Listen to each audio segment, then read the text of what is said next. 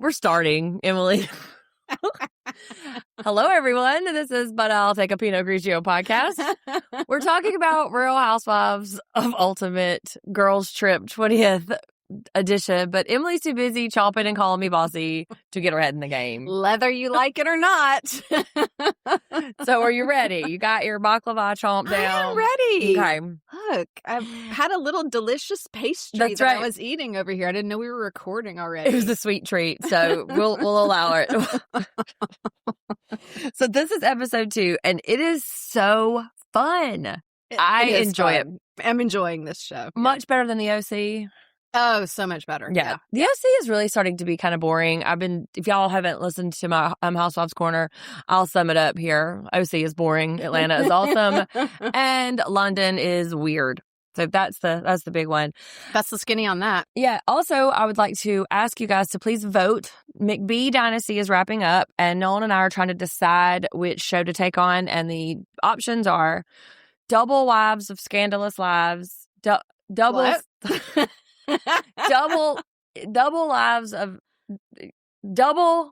lives of scandalous wives. Yes. No? I don't know. I feel like that's right. But it's basically that show that you see advertised all the time where the women are basically like, yeah, we couldn't make it on my salary, so I started doing OnlyFans. And I really hope my Christian pastor dad doesn't find out. So it's that one, or we're going to do $1 Million Nannies, or Killer Among Friends. So those are the three. So go to I like the Double Lives one personally. And that's the vote. So far, that's what's I feel like that's out. Jeff's vote too. He's yes. all in on that. He's loves watching it. So. Yeah. So far, that's the votes I've gotten, but I thought I would give a little bit more time for everybody who wants to have their say. So go to the social medias at Take a Pinot Pod, Instagram, TikTok, YouTube, or you can send him your hot takes to Jeff. He loves a hot take or a complaint or anything. So Jeff at Pinot Pod. All right, let's get into it. Okay. So this is episode 2. Remember, if you guys just joining us, it is a handful of legendary housewives on a road trip. Road trip questionable. They're flying everywhere. They are playing it fast and loose with the word road trip here. But yes, it's a road trip-ish. They started in OC and now they're going to Beverly Hills. And so some drama has already started. Like Teresa is trying to tell her story, her very traumatic story of going to jail and spending almost 2 years in jail. And Vicki the whole time is screaming, oh, pay your taxes. Oh my God. And then Vicki tells the Miss Piggy story. Note, it's Miss Piggy. And there's lots of screaming. The OC girls are really loud. And Gizelle tattled to Tamara about Vicki. So that's the recap from last week. That's the baked in drama. We start this week with Kyle being sad because it is her 30th wedding anniversary with Mauricio. Also, Kyle, this is not a mystery date on the calendar. Could you not, do you not have enough clout with Bravo to be like, hey man, let's not record? Well, can we please not film on my 30th wedding anniversary? Because it's a day that's sort of like laden with a lot of feelings for me. It is. And I am not trying to get on Kyle's bad side. I love her so much. She's beautiful. I love Kyle. But this has been going on for a while. Like they talked about it almost not this past season that's just wrapped up. That season, also the season before, talked about on the reunion. I need you to leave him or leave us out of it because and I think what got her upset was he sent her a text and it was very sweet. This is a hard day. How did we get here? I love you. And that's what got her upset. It is still murky why they separated in the first place. I have a theory that they are not divorcing because there's so much money at stake. And that's why they're not actually divorcing. But he's moved on. He's seeing other people. Kyle may or may not be with Morgan Wade. But I don't really know what the catalyst was for their initial separation. We saw them planning their daughter's wedding together. Like, they are on really good terms. There's also a lot of money. Mauricio is real rich. He owns that real estate, the agency that has offices all over the world. Like, he's rich. So I'm wondering if that is not cause for them to kind of like stay in the legal paper marriage. But I don't know. And whatever their, situation is, I feel bad for them because I liked both Kyle and Mauricio. He's really good looking too. Yeah, he is really good looking. But also they just seemed very sweet together and sweet with their kids and like partners and stuff. So she's really sad. But Vicki, we start this episode understanding that Vicki is not who you need if you need a cheerleader. She is the worst. Kyle is like, I feel terrible. I feel like I feel ashamed. She's like, ashamed is not the right word. It's not the right word. You should feel ashamed. Yeah. That's what Vicki says. You should feel ashamed. You let your children down. You let your family down. This is terrible. You thought you were going to make it. It's awful. And Vicki, I mean, after all these years, have you gotten zero therapy for anything? Because you project your feelings about your previous decisions that you apparently regret. Mm-hmm. Like, she projects onto so many people. This reminds me, I am Sunday, the pop culture professor. Hi, and I'm Emily, Sunday's sidekick and friend. I mean, 5 minutes in is a record for us. We usually get like 40 minutes in. And by the way, so 5 minutes. Yes, hello. This is who we are. Listen, if you found us, you probably know what you're listening to at this point, right? Well, come on. You making that very astute assumption reminded me that we needed to introduce ourselves because Emily is also a psychologist. And so she has a very, very acute way to look at things. And so it reminded me. And I do not treat any of these people and I'm not diagnosing anyone. Obviously, this is all not professional advice. This is just my personal opinion. Entertainment purposes only. Entertainment purposes only. But it is right, though, because Vicki has been talking about her divorce with Don for like almost every episode of the OC. She talks about how much she regrets. Brings up how she just wished before she divorced Don that somebody would have said to her, like, you shouldn't do this. All right. Ma'am, that's a very specific to you situation. Right. Okay. And they flash back to that scene where she's like, God hates divorce. And I remember when that aired and everybody was like, what? What? God doesn't hate divorce. God's too busy to worry about your divorce. But apparently she is still pining for Don. And I wonder what her boyfriend Michael feels about that. Yeah, like maybe, I don't know. Maybe you should call Don up and see what he's up to. I don't know. Vicki to me has always struck me as nothing is good enough. Like, no matter what it is that she wants, once she gets it, it's not what she wants. Yeah. And the thing that she doesn't have, that's what she wants. Yeah. And so I think if she had stuck with Don, she would be miserable. I think if she and Don, like reconciled, I think she'd be miserable. I mean, I agree with that. I just think that she is a person who is not happy in where she is. She doesn't know how to just like be mindful and appreciate the moment and embrace like where she's at. We really see her. She's always been really tightly wound. Even when we watched back and like she has gotten even more highly strung. I do too, because we see her on the Sprinter van, and so she's mad that Gizelle had tattled to Tamara, so she's on the Sprinter van. And now we know what happens on the Sprinter van, and if you don't know, Bravo gives you a little bit of montage, and that was amazing. I mean, Bravo went through probably 30 different scenes of Sprinter van conversations of Real Housewives, which was, I know, those are just the highlight Sprinter van conversations. Y'all, and Emily it was great. has really great. Recently picked up Salt Lake City. Yes. And she loves it because obviously. Yeah. And there are so many. I mean, Jen Shaw got arrested on a Sprinter van. Yes. They did not show that, though. Yeah. They did not show.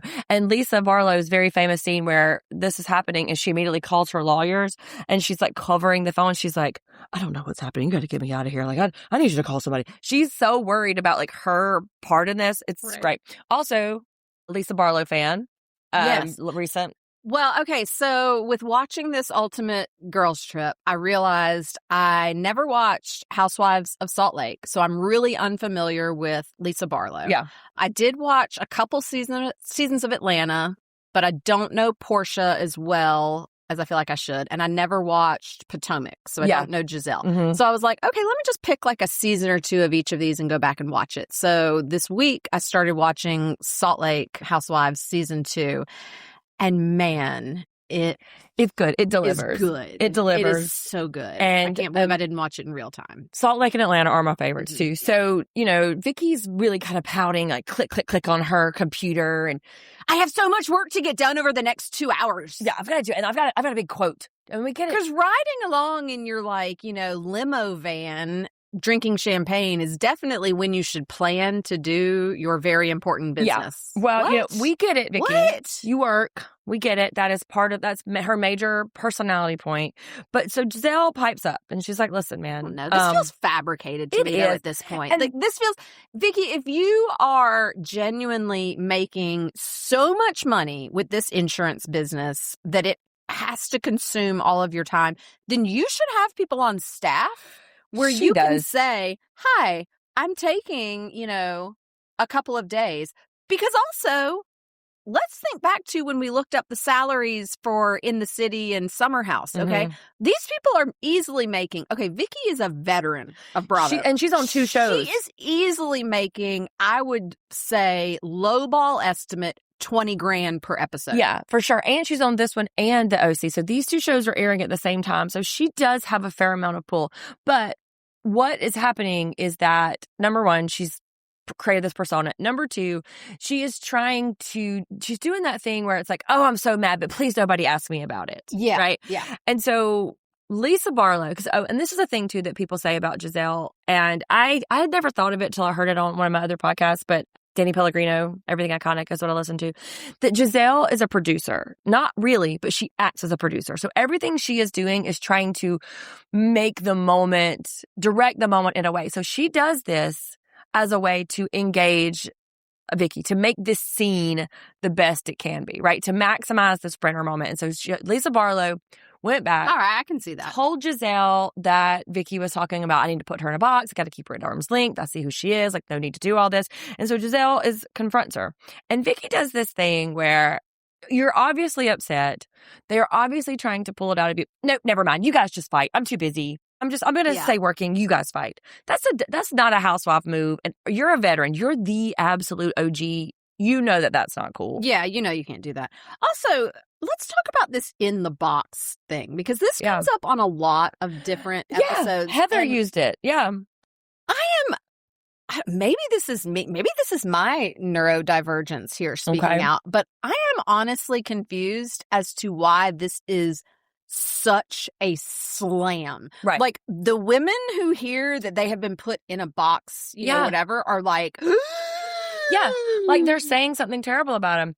But as a person who has to compartmentalize a lot of areas of my life, I'm sort of like, I don't know that I've ever verbalized it as like, I'm putting you in a box that I have to put to the side. But that's basically what happens. Is it like, I don't know, maybe it's being a single working mom that I have to juggle kid stuff, ex stuff, career stuff, life stuff, whatever. And so sometimes you have to almost like shelve something away for a moment so that you can focus on like the near and present danger or like what's like the most pressing situation. That is logical. So my theory is they don't understand what the word or phrase compartmentalize means. Because the idea of compartmentalizing is a very common thing. These women are doing it. But I guess they don't understand that putting in a box is a synonym for compartmentalizing. And so I guess they're internalizing it as, they are acting like Vicki was like, she's Hitler. Like, that's like what the way that they react to like, I've been put in a box is like similar to that. And so that's why they think they don't understand what the phrase is. But then, so Vicki is really defensive about it. She's like, listen, I'd say all this to Tamara. We've been friends with all this. And so flashback to many moments between Vicki and Tamara. You're my sister, a soulmate. And then, that's my opinion. Like all of this. And she maintains that she would say any of this to Tamara's face, which maybe, I don't know. We're watching OC right now, but and Lisa Barlow the whole time is laughing. She's like, girl, you know what happens on a Sprinter van. Put that damn laptop away. Get to work, okay? Clock into this shift, okay? Put that shit away. But it doesn't die there because Teresa pipes in. You were kind of mean to me too.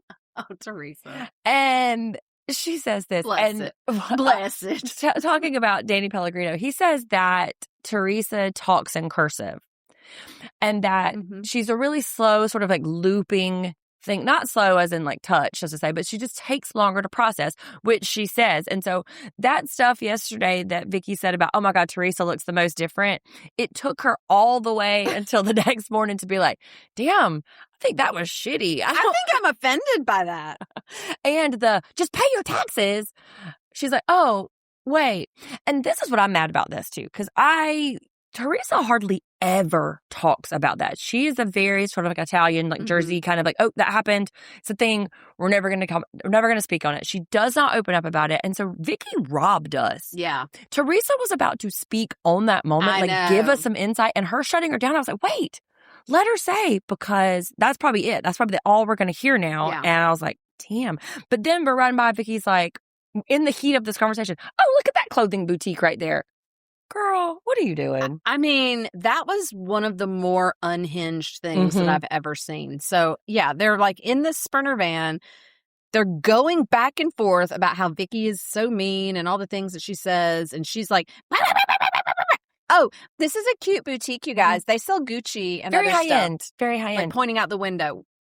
And literally everyone is looking at each other like, wait. Luann. Am I on glue? What just happened? Luann compares her to Ramona Singer from her season, which word. Yeah. But then she won't be, these ladies are, remember, they are the top of their cast. They understand how to do it. They won't let her off the hook. They're like, well, what about when you said that Teresa was the most overrated? She's like, oh my God, it was 14 years ago. It wasn't. 2 years ago. 2 years ago. Yeah. And said something about, she was like, it was that or maybe time. 4 years. Maybe it was 2022. Yeah. She's like, at the time you were getting Traitors and Dancing with the Stars. Like, I don't know, maybe I was jealous. Everybody's like, cool, okay. And that was the end of it. I mean, honestly, like that was a really interesting moment to me because they all were like, oh, that's actually like super like, introspective and reflective of you, Vicki, to like actually own that, which I don't know that Vicki even realized that she was being. She wanted it to be over. Yeah, she wanted it to be over. And so she just said a thing. Yeah. But they were all like, oh, yeah, which was very funny to me because to me, that tells me all these women are all jealous of each other. So the minute that they heard someone was jealous of somebody, and that's why it says that it immediately clicked and appeased them instantly. Yeah. I mean, they all just like calmed down. They felt like seen and recognized. Yeah, I feel that too. And I mean, as much as these women want to claim there's a sisterhood, they are all competing with each other in a way. And, Portia, I will ride for Portia and Phaedra from her season as well till I'm dead. Like, I love them so much. But Portia sometimes can sort of be the Greek chorus a little bit. She's like, oh, this bitch really is the OG. Like, she knew exactly what to do to shut it down and to move on. And it did. Everybody was like, cool, okay. Yeah. And then we arrive in Beverly Hills. And the Portia, again, is like, listen, if OC started it, Beverly Hills is like, hold my champagne. Hold my beer. Yeah. I'm going to show you how it's done. And we got some old footage of Camille, Erica, goodbye, Kyle. And you guys may have picked up, I am a bit of a Housewives historian. So all of these, like, I knew the exact quote before it even came up. Like, I knew that they were going to do. And I can verify this. Sunday is over here saying things that I was like, do you have Tourette's? Why are you saying this? And then immediately it would be on the TV show.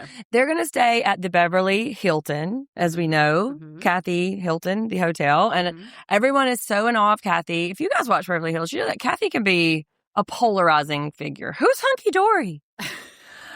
She emits a very specific kind of like ditziness, but also too, she's very wise. And it's weird that those two things exist. And everyone looks up to her, possibly because she has the most money of all of them combined.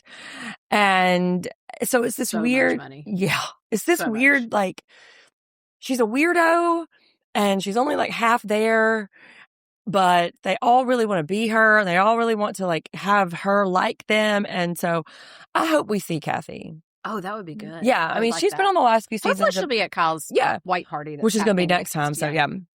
And then this is where I was like, oh my God, Kyle just looks so good. Like, I really like her style, really like how she's presenting. She's coming this with the right attitude. She's really just kind of like staying nimble. Vicki, on the other hand, is just catching strays and is not even trying to dodge or weave. Like, It's like Vicki has...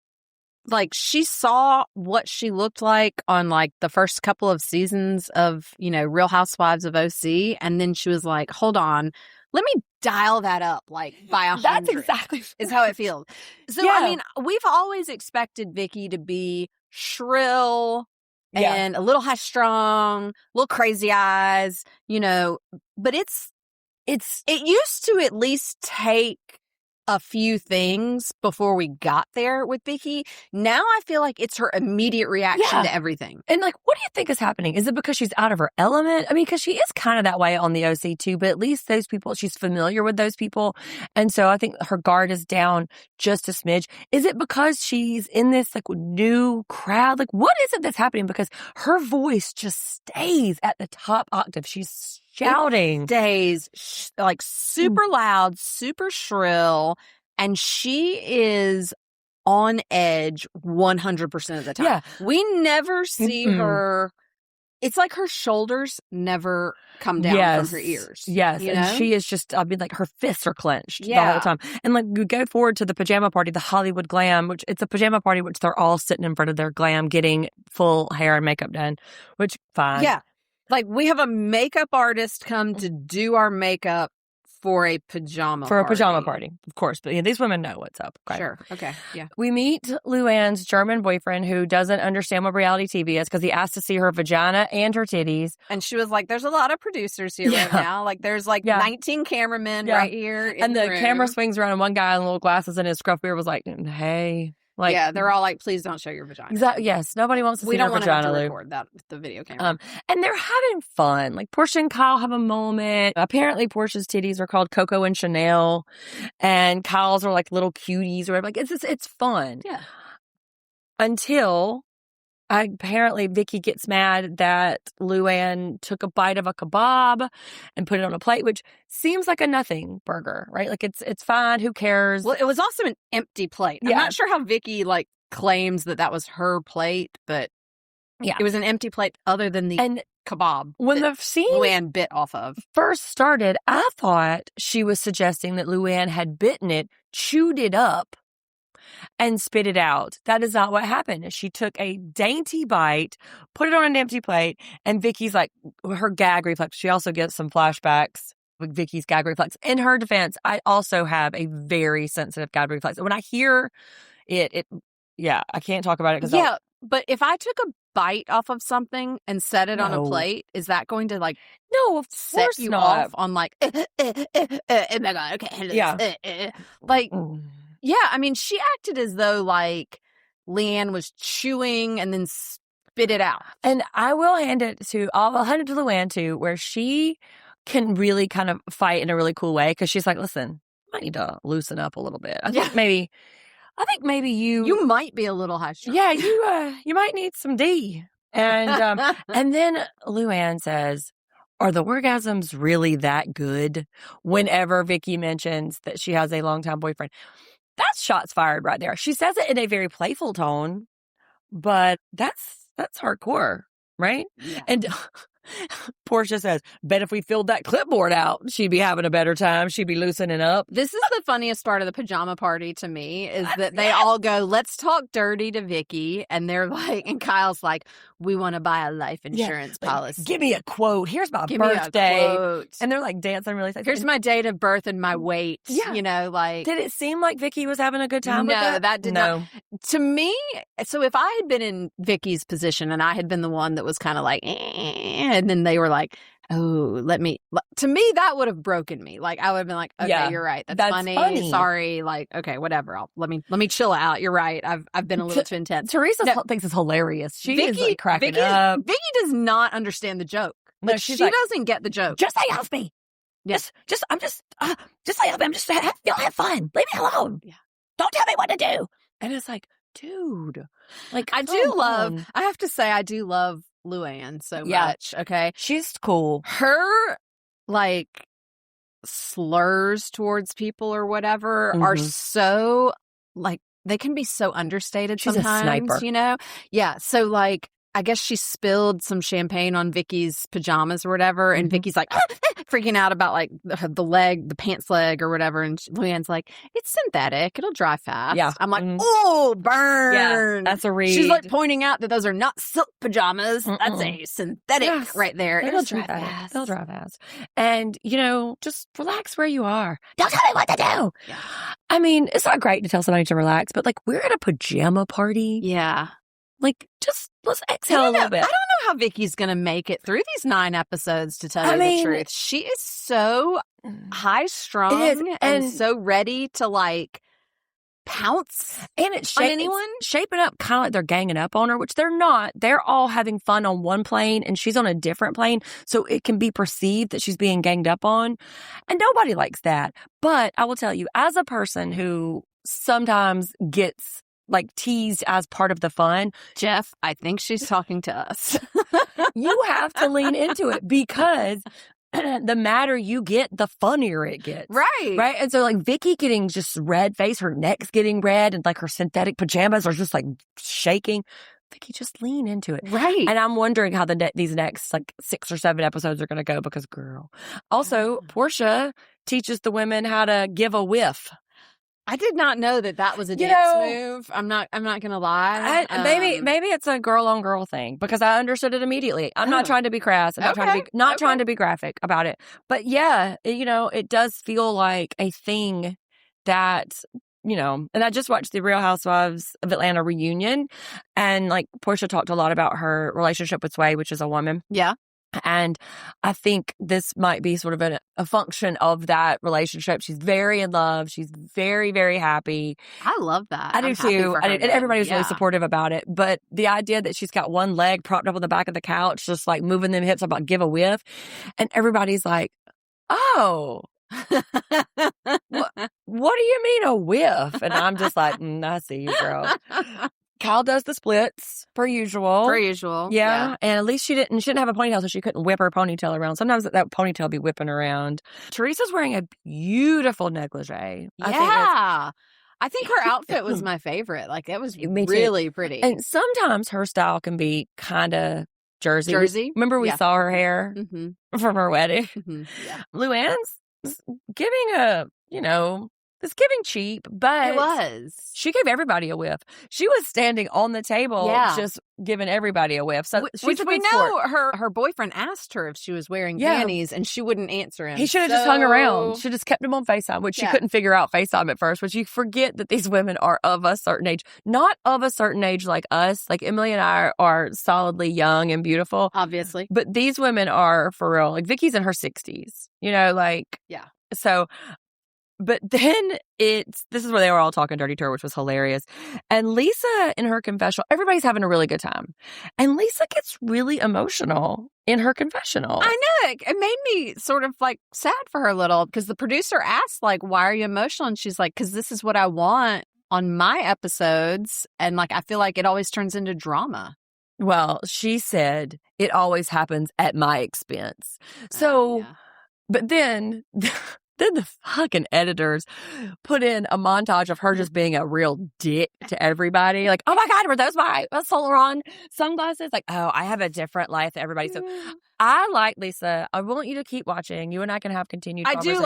I do like Lisa, but yeah, I could see that. I mean, here's what you got to do. Look, all of these women are in their own role, they're all trash bags in their own way. But listen, September 16th is the new season of Salt Lake. Okay. You got to get cracking so we can talk about the new season, because about the time... What season will that be for Salt Lake?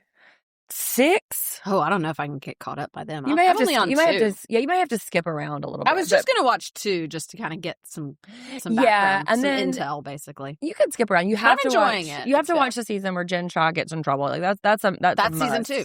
Is it? That's why I started watching that one. No way. Yes. Okay. That's what they start season 2 with. They're all in front of this beauty lab place. That's why I texted you. I was like, what the fuck is this beauty lab place that you're talking about?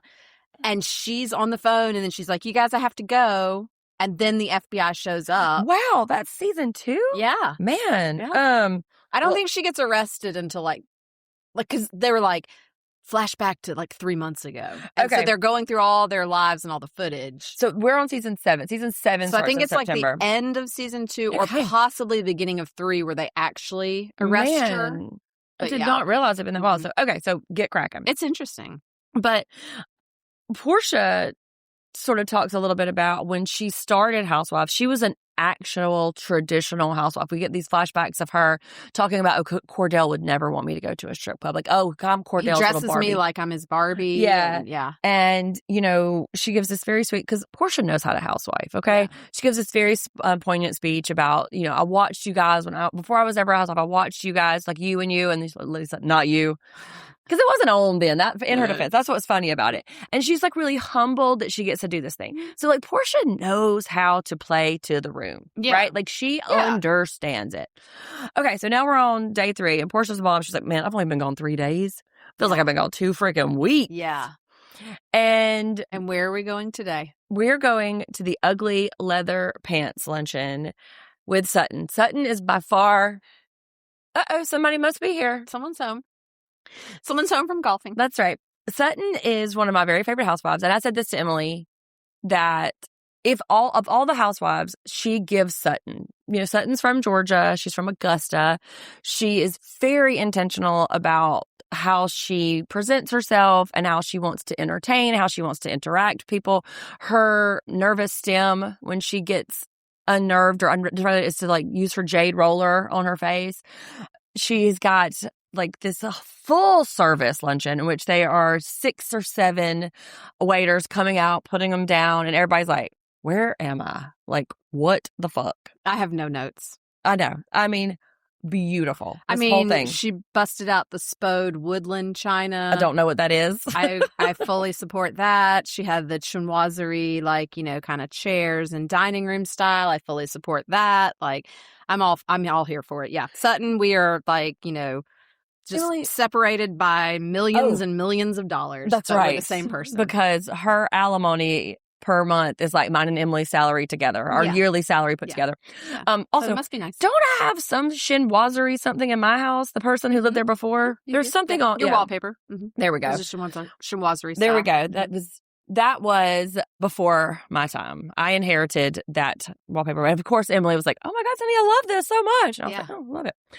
So Vicki goes up to Crystal Minkoff. If you guys recall, the ugly leather pants scene was between Sutton and Crystal. Now, Crystal is an Asian woman.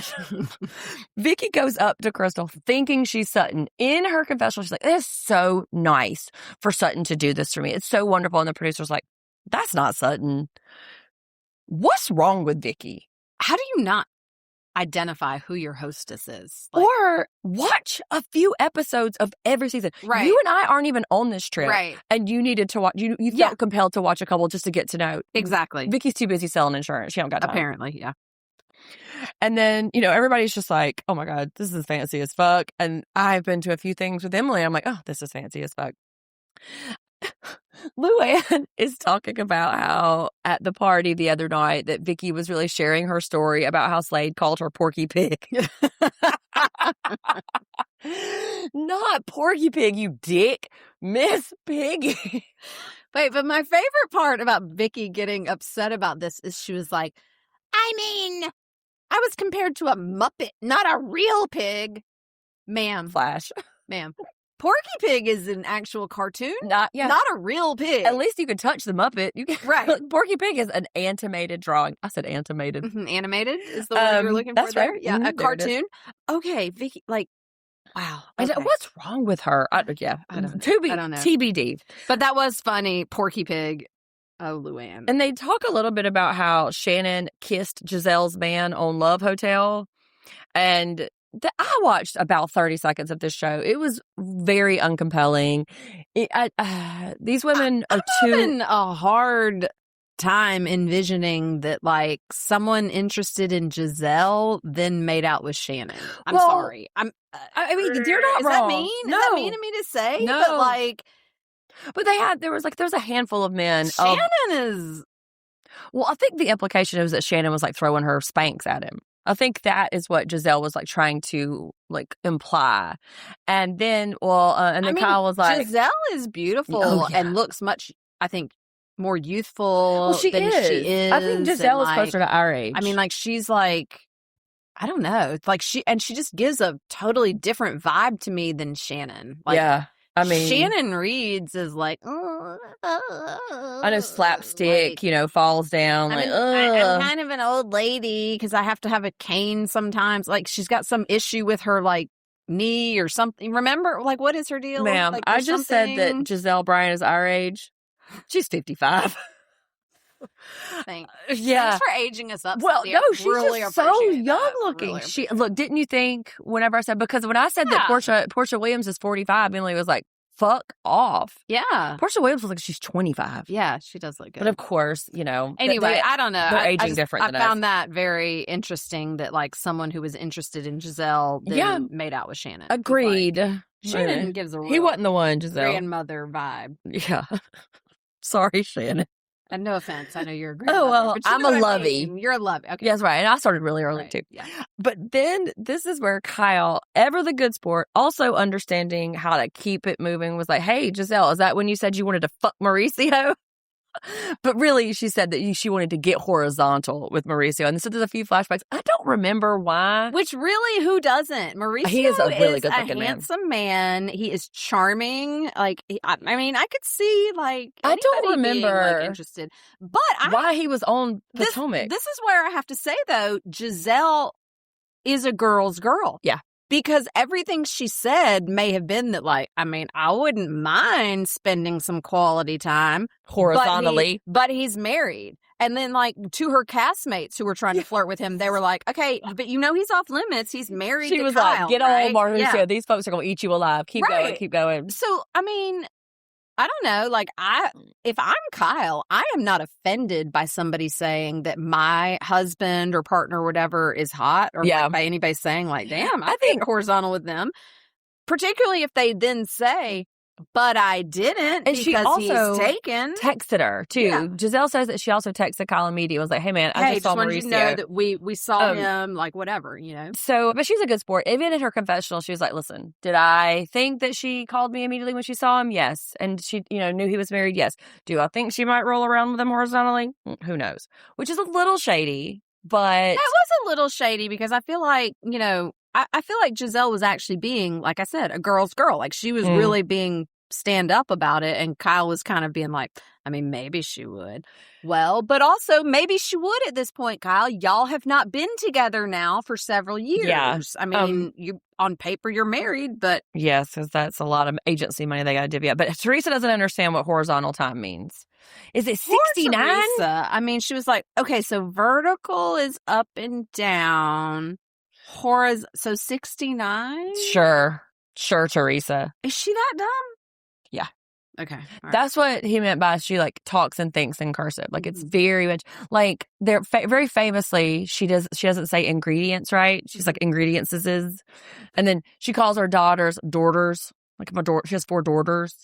Like, yeah. Like, she got mad because somebody brought sprinkle cookies to a function. Is that a bad thing? She doesn't like sprinkle cookies, Emily. How dare you? Oh, okay. Exactly. Okay. Like, it's, I think we're going to see a lot more of Teresa's antics because I think she's emboldened by I think she's friends with a couple of these folks. I think she's feeling safe. The fact that she was even going to talk about being arrested and, like, she talked about the feds were knocking on her door, that's more than she has said in the many years that she's even been on that show. So, well, that'll be interesting. I'll be interested to hear. Sutton, ever the most exquisite hostess, serves this little cake. It's like a little mouse-shaped dessert. So cute. And it's a reference to, okay, Dory, let the mouse go, some conversation they had. And it turns into a scavenger hunt, which I said this to Emily when we were watching. Imagine having a house so big that 10 women could run around looking for shit in your house. In 2 groups. In 2 different groups of people for a scavenger hunt. I love that's my dream. And so they, like, follow clues that are all housewives. I would kill at this game. That were all housewife trivia related to ultimately get to a $25,000 pair of sunglasses, which is also a reference to a previous season. And then a key that would, quote, let the mouse go. Y'all, the mouse is a person dressed as a mouse sitting in a cage on a tennis court. Just chilling, waiting for somebody to... Sutton had to pay a person to dress like a mouse, didn't have any lines, didn't even interact. In fairness, this is Beverly Hills. This is LA, where there are more actors per square inch than there are non-actors. Okay. I mean, so she probably literally threw a pebble and was like, hey, are you an out of work actor? Let me pay you a couple $100 to come wear a mouse costume. Fair enough, but she could have just had, like, a stuffed mouse or maybe, like, a fun little dog with mouse ears. Like, it just seemed so extravagant, in which, Sutton sort of is the queen of extravagance here. I'll tell you, one of the main she's making $500,000 a year in just alimony. Yeah. Like, if I had that kind of money, I would probably hire somebody to be in a mouse outfit. There was a bit of a beef between her and another castmate when they were talking about her, like, 3rd house on the Hamptons, and they was like, it's not even on a main road. And that was, like, so upsetting to Sutton to be said that her house was not on a main road. Like, it's like she slapped her in the face. She is very well appointed. But why do you need 3 houses in the Hamptons? No, it's her 3rd house. Like, so she has a house in Beverly Hills. She has a house in Hamptons. I'm sorry. I meant like that's like she's, you know, she'd be getting around. Well, if you have a house in the Hamptons, it does have to be on the right road. Right. Well, it's not. Or else you might as well not even have one. Well, that's why that was so insulting, I guess. Why would you even have one if it's not on the right road? It's not even on a main road. Which, shut up, Reed. She doesn't even go here. She doesn't even go here. But also, I think Cal found Sutton vibrators because she had the clues like hidden around her house. And Sutton's like, don't look at those drawers. Very cute. Yeah. Very cute. So the winners, they win. It was all this. This is really cute. I think we're going to get a second night because like the winner of the team gets an invite to Kyle's white party, which everybody gets an invite. Like, that's like part of the gig, you know, right? Like everybody's going to Kyle's white party. So next week, that we say that's the winner for sure. Yeah, next week we will see them at the white party, and apparently Erica Jane and Luann have beef. Yeah, what's that about? I don't know. That is news to me. Okay, well, we'll find out. I know. It's exciting. I mean, this is so fun. It is fun. It is fun. I love the mashup. Me too. Of people from all over the Bravo universe, you know, like because I think that it's also too that once you've been on a cast for so long, you get kind of locked into an archetype. You get kind of locked into a persona. And then you play that particular persona.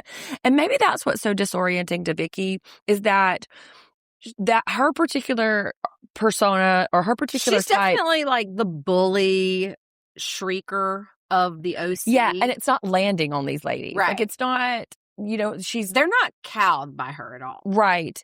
And they don't find her to be intimidating at all. Yeah. And so like her shtick is just not landing. And so she doesn't know how to be around people who she doesn't I think know how to be around. Yeah, because I think they're just sort of finding her like not even amusing, but like sort of like an oddity, you know? Yeah, like, hey, this is a weird way maybe don't to scream in my ear. But like, you know. Because there was this one scene where Vicki was telling something and Kyle's sitting next to her and Kyle like physically flinches when Vicki's voice goes up. She's like, ugh. Same. And, you know, I'm rooting for Vicki. You know what? I take that back. I don't know. I don't know if I am rooting for her. She's not nice. She's not. She's not a nice person. I will say about Vicki, I kind of enjoy her because she's like a known entity, you know, because she has been around for 20 years and she has been basically the same. That's like, right. She's been shrieky. She's been controlling. She's been, you know, woohoo, you know, kind of whatever. So it's like you sort of understand what you're going to get with her, which is sort of nice in a way. But in the context of the OC, it's more amusing because I think those personalities kind of try to fight with her and none of them are, you know, she's like, you know, Mike Tyson against like everyone else. You know? But now she's like over here trying to be Mike Tyson and everyone else is like, it's like, who's Mike Tyson? I'm Hercules. Yeah. Like, what are you even talking about? You know, like, because they're just in such a different league. You're not still watching the OC and you gave it up? Nah, I gave it up. This season is boring. I was really excited. It's very boring. It's really boring. The last 2 episodes, someone called her a Debbie Downer. She's always just so negative. And like, she is negative. Yes. Yeah. And that has been her main storyline. Yeah. Every scene she's in, she's like, see, I'm not a Debbie Downer. I'm not a Debbie Downer. Every scene that this woman is in. If you have to say that you're not exactly. a Debbie Downer. Exactly. You're not really doing yourself a lot of favors there. So I don't need her on 2 shows. No. I could have done without her on the girls trip. The OC. Just watch. Or be on the OC because that's where you feel okay and that's where you're thriving. Here, it's like when you're. It's like when your mom comes to your bachelorette party. Maybe we'll see an arc with her. Oh. Maybe we'll see some change after 9 episodes or a redemption moment. Sure. But I mean, it's like when you invite your mom to your bachelorette party. You love your mom, right? Your mom is fine. I did not invite my mom to my bachelorette party. Me either, because that's fucking weird. Right. And you don't want to have fun because your mom is not, that's what's happening here. It's like, you're not having a good time. You want to see your mom drink out of a penis straw or anything. Right. And like, you know, Portia teaches women how to give each other a whiff. And Vicki's sitting there talking about, I need to close this client's quote. Like, have fun. Let it go. We're in different situations. Yeah. Let go a little bit. So I this has been the greatest gift to me. All of the flashbacks are just so delightful. The flashbacks are what is so really fun. Worth it for me on this show, to tell you the truth, because it is fun. It's a nice little compilation to remind you, you know, things that I've seen and even things that I didn't see, because I didn't watch every season of every Housewives like someone. Guilty as charged, unashamed. But so many of these moments have been turned into gifs, right? And memes. I mean, they're like just truly like and iconic moments. Yeah, that's my opinion. I say that at least once a week. History, you know. Close your legs to married men is a thing that I say in my head all the time, just because, you know, that's Nene from Atlanta. Like, this is part of like who I am as a person. Housewives is part of my personality. It's part of Sunday's cult leadership. That's right. These people say I'd be a cult leader. If I could, I wouldn't be getting emails from a student saying, "Hey, I know you said I can't turn in late work, but can I turn in late work?" So I had this thought the other day and I was going to tell you and Jeff that, like, if we do a mini mashup, you know, that we should talk about this, but we'll just talk about it now because we have a few more minutes. Yeah. So I think that everybody has like a, you know, alternate timeline, like an alternate path that they could have gone down, you know? I like it. And so I think it's interesting to think, okay, what would your friends say was a missed opportunity for you? Like, what should you have done with your life that's like, oh, it's a missed opportunity? And for Sunday, I think it's cult leader. I'm not too sure how to receive that. Maybe, thanks? Question mark? No, it's actually a compliment because, like, when you get fired up about something, you are the most fired up. Yeah, and you have all of your like facts, you have your research, you have your data. Like Sunday can convince you to do just about anything if she's convinced about it. To Jeff watching scandalous lives of double wives. Right, exactly. Okay, like, so, I mean, I really think that Sunday had a missed opportunity as a cult leader. Like, I think that in an alternate reality, that she is over there, like, having people drink the Kool-Aid, you know? Like, I mean, I don't think you're murderous in a cult leader way. Unless they deserve it. Right, just unless kidding. they deserve it. I probably shouldn't say that on the air. Like, no, take that out. I think you genuinely, you have that type of fiery I personality that is a compliment. And belief in like what you say, that every time you say something, even if it's something that I've never even thought of, I'm like, I know, I think you probably are right. And then like I leave and she's like, wait, that's weird. Yeah. I'm like, wait, all right. Okay. So do you want to know what your alternate universe would be? Yeah. Okay. Carolyn Bessette if she didn't die at 25. I know, right? Yes. So like this very like hip, like kind of aloof, like the boys really want it. She's like, ugh, JFK Jr., like whatever. Yeah. Calvin Klein, just like moving through the city. Of course, she died very young and Emily's going to live forever. But this idea that everybody wants to know you. Everybody wants to be you. Everybody wants to like fuck you. Like there's this like air. That's so sweet. It is a nice thing too, right? I don't see that at all, but thank you. Like, well, of course. I laugh that's true. I've never considered myself a cult leader either, but we're just sharing truths now. But I think too, like if you had never moved home from New York City, if you had, you know, if the path had not gone the way that it went, which of course we're happy for, you know, your children and your life and everything. But if you had stayed in New York City, you would have been the it girl, the Tinsley Mortimer of your time. That's thank you. That's a huge compliment. Yeah. I don't agree at all. I think I probably would have been still like a mid-level management at Ralph Lauren kind of thing. No way. You know, yeah. There's no way. But so that's what do we think Jeff's alternative? Oh, so I was thinking about that. I think Rolling Stone's journalist. Oh, like Almost Famous? Yeah. So, don't you see that for him? I do. I would think too. Because he's into words and he's into music, but he's very serious. Yes. Also, so I went sort of another way in that same vein. If he had not married Brooke and not gotten sober, he would be the mean chef in the kitchen. Like he'd be the one like throwing things. Yes. Yeah. And like holding people's face next to the griddle, like, you better, dress that plate like you better. Yes, chef. Yes, chef. Like, but he got Brooke. Oh, I don't know if I see that for him though. Well, if he had not, is so sweet. Yes, but even when he wasn't sober, I know, he was sweet. But he's very passionate about the things that he's passionate about. And if he had not had Brooke and he had not, gotten sober, I think he would have maybe had his own restaurant, and these people are fucking his shit up and the plates don't look right and they're not cooking the things right, and he's just like, come on. So that is my alternate. We'll have to tell him this to his face. Well, he's listening to the pod. So yeah, he does like to listen. We'll see what his reaction is. Sorry, Jeff. He likes to give us real-time texts after he listens to the pod, which I love. I know. Well, but yeah, no, I don't know. I think he's still, because I knew him in his not sober days. You didn't know Jeff. No, I did not know Jeff in his non-sober days. I knew Jeff in his not sober days, and he was not sober, but fun and sweet still. Like, was still like a lovable kind of person. JB, as he likes to call that one. Right. The fun police. As the former personality, yeah. The fun police, where he wanted everybody to be having a good time, is what he calls it. I think that my, like, alternate personality, I kind of expected you to, I did not expect you to say Carolyn Bessette, but thank you. I'm going to ride high on that one for the whole time I'm watching Love Story, though, I'm thinking, like, this is giving Emily. This is giving Emily the whole time. Just like Sutton. Yeah, it's like Sutton is another, like, parallel Emily. Yeah, no, I figured somebody would say, like, party planner, like, event planner kind of thing. Because people tell me that all the time, that I should do that. Because I do enjoy that, but I enjoy doing it for my parties and for people that I like.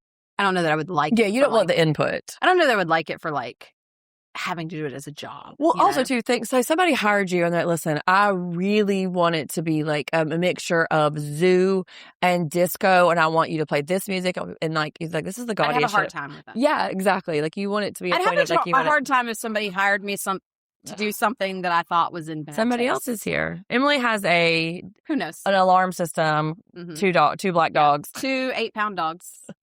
So don't break into my house, guys. That's right. They'll get you. You'll get a whole, like, 20 pounds worth of dogs attacking you. Barely. Yes.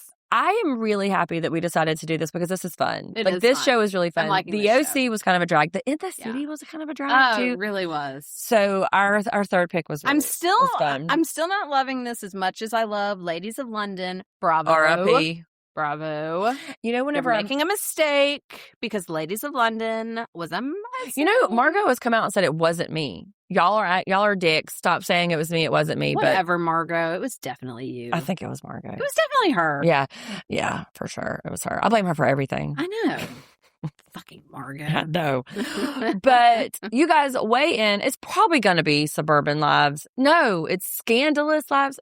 Double Lives of Suburban Women. Whatever. It's probably going to be that. Housewives who do OnlyFans. That's what the name of it should be. Yeah. Okay? Housewives who do OnlyFans. Yeah, it's like Only Wives. Only Wives. That's what you should do. I mean, why is it even... also, is there a way to vote? Because I saw the Instagram post yesterday where you said weigh in, but there was no, like, you in the comments. There's a poll. You put in the comments. Oh, I didn't see Okay, that. Boomer. Okay. Anyway, find us on the Instagram and give me this real feedback like Emily's giving me. Or email us. Don't email Emily. She's not going to email answer. Jeff. He checks. Yeah, he loves it. That's just so. We will see you next week. Next week for the last episode of McBee. That's the next time you'll hear us. You won't hear me. No. Because I don't give a shit about that. Neither does Jeff. Jeff tried it and he was like, I can't. McBee is the worst because they're the worst. But they're way too red for me. I'm sorry. They are very red, and they are also real bad criminals. And so those two things kind of offset each other. If they were like really good criminals, it would be more infuriating, but they are terrible criminals. Their dad sits in jail right now. So yeah, we'll do it. But anyway, we'll catch you guys on the flip side. Thanks for hanging out. Come back next week. We're having a ball.